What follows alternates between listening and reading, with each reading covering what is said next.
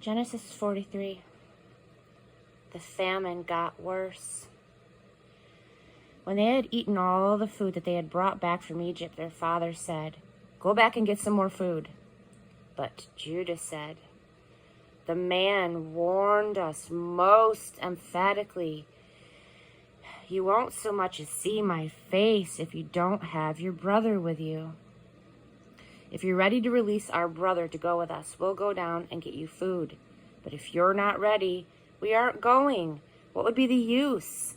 The man told us, "You won't so much as see my face if you don't have your brother with you." Israel said, "Why are you making my life so difficult? Why did you ever tell the man you had another brother?" They said, "The man pressed us hard, asking pointed questions about our family. Is your father alive? Do you have another brother?" So we answered his questions. How did we know that he'd say, "Bring your brother here"?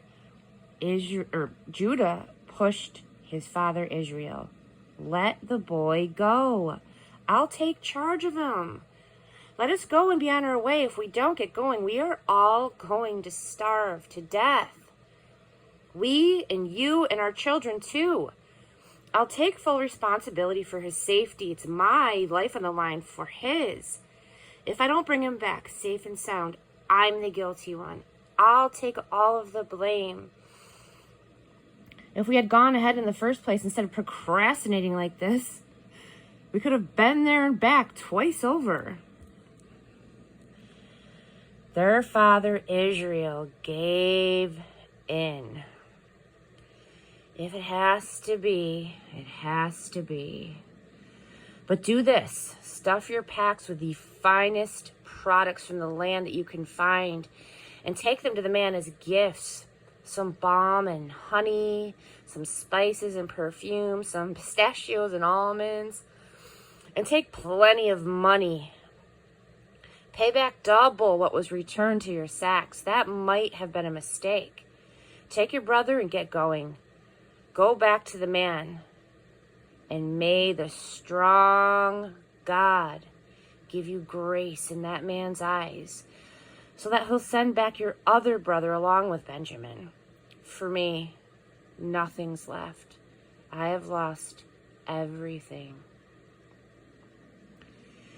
The men took the gifts, double the money, and Benjamin. They lost no time in getting to Egypt and meeting Joseph.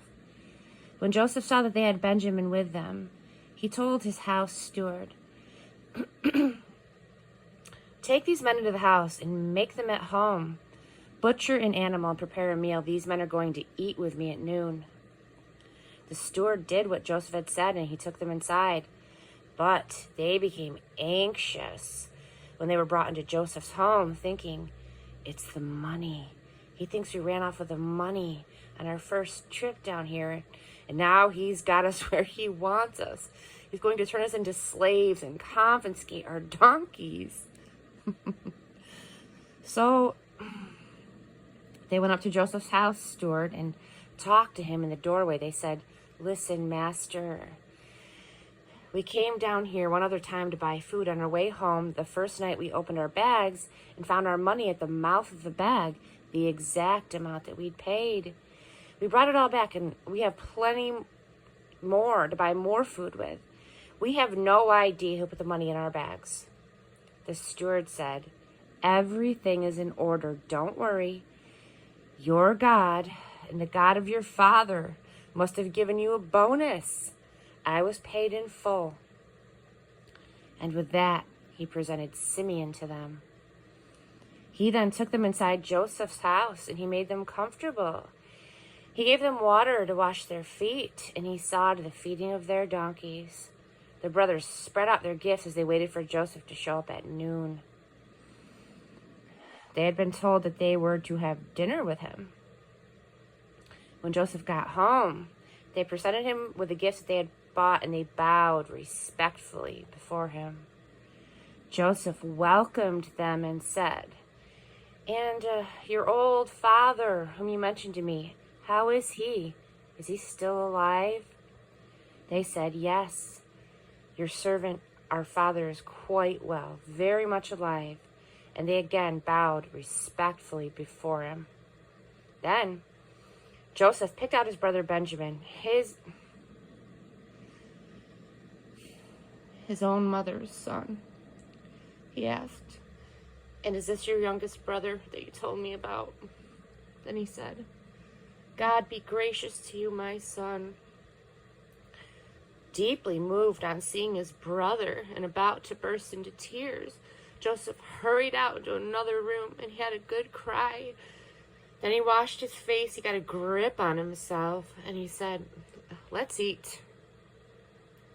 Joseph was served at his private table, the brothers off by themselves and the Egyptians off by themselves. Egyptians won't eat at the same table with Hebrews. It's repulsive to them.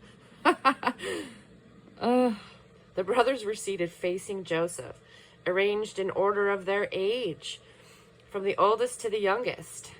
They looked at each other wide-eyed, wondering what would happen next.